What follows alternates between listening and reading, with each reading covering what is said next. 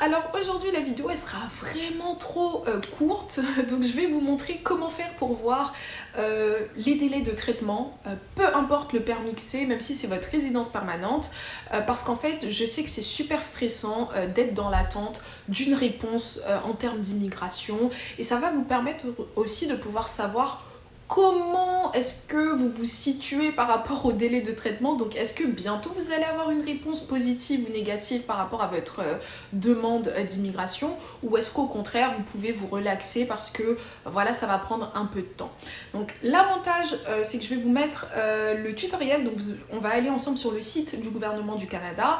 Je vais vous montrer comment faire pour voir tous les délais de traitement, et puis ce que moi je vous invite à faire, c'est de temps en temps de regarder cet outil qui est disponible sur le site internet du gouvernement du Canada, sans pour autant en faire un motif de stress à regarder tous les jours si votre demande va prendre plus de temps ou autre. Mais ça vous permet aussi surtout de savoir la tendance en termes d'immigration. Donc vous allez vous rendre compte que en ce moment les délais sont quand même un peu plus rallongés, et ce pour tous les permis.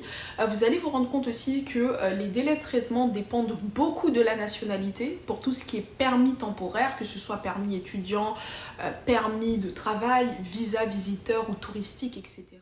Comme d'habitude, il faut toujours aller sur Google et taper délai de traitement IRCC. Vous tombez sur le site du gouvernement du Canada, donc Canada.ca. Faites super attention aux arnaques et vous allez tomber directement sur la bonne page. Maintenant, vous devez juste sélectionner le type de demande. Donc, est-ce que c'est pour un permis temporaire permanent? Donc là, on va commencer par les permis temporaires. Vous allez devoir indiquer quel type de visa il s'agit. Là, on va regarder les visas visiteurs de l'étranger et le pays, la Côte d'Ivoire. Donc, pour tous les Ivoiriens vivant en Côte d'Ivoire, le délai sera de 458 jours. C'est énorme et c'est voilà, pas une bonne alternative en ce moment à faire. On va faire la même chose et on va regarder par exemple pour le cas des Gabonais, et vous vous rendez compte que les Gabonais pour un permis, enfin plutôt pour un visa visiteur, eux ils doivent attendre que 57 jours en moyenne pour le délai de traitement. On prend le cas des Algériens et eux c'est encore pire, 19 jours les Algériens pour avoir un visa visiteur. On va encore regarder, là par exemple on prend le cas des Guinéens. Même bateau que les Ivoiriens, 440 jours malheureusement. Et pour terminer, je vais prendre le cas du Cameroun, donc 457 jours. Généralement, lorsque vous voyez des délais qui sont extrêmement longs, c'est parce que le pays en question n'est pas très favorisé par IRCC, ou parce qu'il y a tellement de gens aussi dans ce pays qui font des demandes que les délais se rallongent naturellement. Maintenant, prenons par exemple le cas des étudiants. Pour un permis études de l'étranger pour un Algérien, ça prend 4 semaines de délai. Et par exemple, pour un Ivoirien, ça va prendre 14 semaines, ou pour un Haïtien, ça va prendre 20 semaines. Donc c'est totalement aléatoire en fonction du pays. Maintenant, on va changer, on va plus prendre la catégorie de la résidence permanente. Donc, il faut cliquer sur catégorie de l'immigration économique. Et par exemple, c'est 5 mois de délai pour toutes les personnes qui sont dans la catégorie de l'expérience canadienne. Donc, des gens qui sont déjà au Canada ou qui ont de l'expérience de travail au Canada. Pour les candidats de province, c'est toujours plus long. Donc, généralement, les délais pour les candidats des provinces, c'est de 1 an. Donc, quand on prend tout le processus en entier, c'est vraiment minimum 1 an. Là, on va pas, voilà, on va pas se mentir. Donc, vous allez voir que, par exemple, lorsque vous prenez la catégorie de tout ce qui est travailleurs qualifiés, donc c'est la catégorie que la majorité des gens prennent lorsqu'ils sont à l'extérieur du Canada. Donc, au fédéral, c'est 6 mois. Et pour toutes les personnes qui sont intéressées par la province du Québec, c'est un petit peu plus long. Donc, c'est plutôt du 9 mois de délai. Tous les délais qui sont cités ici ne prennent pas en compte la vitesse à laquelle vous allez faire vos données biométriques ou votre visite médicale. Donc, il y a toujours 1 voire 2 mois à ajouter en plus de ce que vous voyez actuellement. Pour les permis temporaires comme étudiants, etc., généralement, il faut rajouter quelques semaines en plus en moyenne. Et là, ce que je voulais aussi vous montrer, c'est par rapport au parrainage. Les parrainages, c'est extrêmement long. Donc là, on parle de parrainage de résidence permanente pour des personnes qui sont soit déjà au Canada ou soit à l'extérieur du Canada. Et je vais pas vous mentir que pour les parrainages, je suis pas très d'accord avec le site du Canada parce que d'après les témoignages, là, on est sur du plus de 2 ans d'attente dans la plupart des cas. Voilà, et bonne chance à tous. Vous savez, moi je veux votre bien, donc je vais vous montrer aussi un deuxième outil que pas beaucoup de gens savent. Donc lorsque vous connaissez le délai de traitement que votre demande est censée prendre, il y a une deuxième chose que vous pouvez faire, pas pour accélérer le processus, parce que je ne vais jamais vous demander d'accélérer un processus alors que vous n'êtes pas voilà, dans une situation critique ou autre, ça ne sert à rien. Mais sachez que si jamais le gouvernement du Canada est en retard dans le traitement de votre demande, vous avez la possibilité d'envoyer un formulaire en ligne, et il n'y a pas beaucoup de gens qui savent ça, donc vous envoyez un formulaire en ligne en expliquant un peu que votre demande est en retard et que voilà, vous aimeriez avoir une réponse dans les plus brefs délais.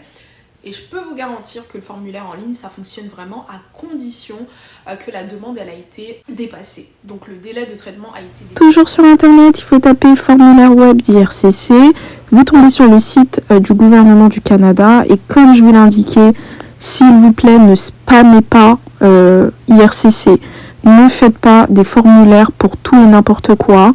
Si votre demande n'est pas en retard, ça ne sert à rien de faire ça. Et surtout, ajoutez des documents additionnels si c'est intéressant pour votre demande. Ne faites pas tout et n'importe quoi. Vous tombez sur cette page qui vous demande pourquoi est-ce que vous souhaitez envoyer un formulaire en ligne. Ensuite, vous tombez sur une autre page qui vous demande de préciser qu'est-ce que vous voulez faire avec ce formulaire. Par exemple, vous pouvez changer votre adresse, vous pouvez ajouter des documents complémentaires. Si votre femme ou si vous êtes la femme et que vous avez accouché, vous pouvez ajouter l'acte de naissance de l'enfant qui vient de naître entre-temps, ainsi de suite. Donc vous tombez sur la bonne page une fois que vous sélectionnez ce que vous voulez faire. Et là, ça va vous demander toutes vos informations personnelles. Et c'est ici, donc plus bas, vous allez voir que vous pouvez entrer un texte. Donc là, vous pouvez demander au gouvernement de traiter votre demande parce que vous êtes officiellement en retard, enfin ils sont en retard dans le traitement de votre demande. Et par la suite, une fois que vous acceptez les conditions, vous pouvez même ajouter un document. Avant de terminer cette vidéo, je voulais profiter aussi pour féliciter le gouvernement du Canada par rapport à ça, parce qu'on ne se rend pas compte, mais l'immigration c'est extrêmement stressant, c'est extrêmement compliqué, ça nous prend du temps, de l'énergie, de l'argent, etc. Mais voilà. N'oublions pas que tous ces outils ont été mis en place pour faciliter les délais de traitement, pour faciliter aussi l'expérience client d'un immigrant au Canada. Et ça, qu'on le veuille ou non, il y a très peu de pays qui développent autant leur système d'immigration. Toutes les personnes qui ont immigré en France ou qui n'ont pas les papiers en France peuvent vous dire qu'ils sont obligés d'aller à la préfecture, dans certaines préfectures notamment en Île-de-France, sont obligés d'attendre des heures, sont obligés de partir à la préfecture à 5h du matin pour être les premiers sur la file, etc. Il y a beaucoup de gens aussi, peu importe où ils immigrent, même aux États-Unis, l'immigration c'est pas aussi développé, leur système d'information, leurs outils d'immigration ne sont pas aussi développés, pourtant c'est les États-Unis là. Et le Canada, franchement, par rapport à ça, ils font un travail extraordinaire. J'ai commencé à m'intéresser à l'immigration au Canada en 2017. J'ai eu mon invitation pour le permis de travail en 2020. En 2021, j'ai eu mon permis de travail qui était accordé et je peux vous garantir que chaque année qui passe, surtout maintenant en parlant d'immigration, je me rends compte à quel point ils font du bon boulot. Ils améliorent toujours leur système d'authentification, ils améliorent tout le temps le site IRCC, ils améliorent tous les outils. Donc oui, il y a des ratés, oui, on est fatigué, on en a marre des restrictions, etc. Mais quand quelque chose est bien fait, il faut le dire, et je voulais particulièrement dans cette vidéo vraiment remercier IRCC d'avoir un système informatique qui est aussi développé pour tous les immigrants. D'un clic, tu peux faire tous tes trucs sur internet, tu peux faire ta demande, tu peux regarder les délais, tu peux envoyer un formulaire, c'est vraiment pas le cas dans la majorité des pays dans le monde. Même un tout petit point rapide et tout, même tout ce qui est conférences de presse sur l'immigration, tout ce qui est notes d'information, c'est public sur le site de l'immigration du Canada. Alors que par exemple, lorsque vous prenez le cas de l'immigration aux États-Unis, il y a beaucoup d'informations sur les programmes d'immigration qui sont disponibles uniquement aux avocats d'immigration. Donc si tu ne passes pas par un avocat d'immigration, tu ne sauras pas que telle ou telle chose existe, qu'il y a telle ou telle spécificité. Et le Canada, c'est pas le cas. N'importe qui aujourd'hui peut faire sa demande d'immigration pour le Canada. Et c'est pour ça que je vous dis, soyez un petit peu curieux là, regardez sur le site, essayez de regrouper les informations, regardez sur même d'autres sites qui parlent d'immigration, regardez des vidéos. Si vous savez lire, vous êtes un petit peu curieux, etc., vous pouvez faire votre propre demande d'immigration tout seul.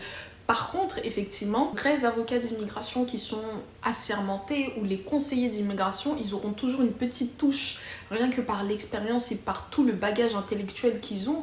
Mais voilà quoi, c'est pas donné. Les Canadiens, en termes d'immigration, ils bossent dur.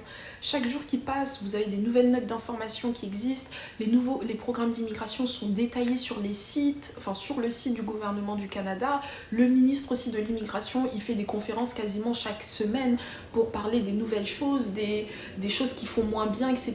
Donc bref, c'était vraiment ma petite parenthèse pour vraiment mettre le cœur, vraiment le vrai cœur sur le Canada, en tout cas par rapport à l'immigration, parce qu'ils ont permis à des millions de gens d'immigrer depuis 2015, et ça c'est une réalité, et ils ont permis à beaucoup de gens d'être autonomes dans leur processus d'immigration, et en plus de ça, le service client IRCC, il existe. Vous savez dans combien de pays vous pouvez appeler le service clientèle pour parler de votre demande d'immigration? Ça peut être compliqué de les avoir au téléphone par moment, notamment les lundis, je ne vous conseille pas d'appeler IRCC, mais c'est un service qui existe.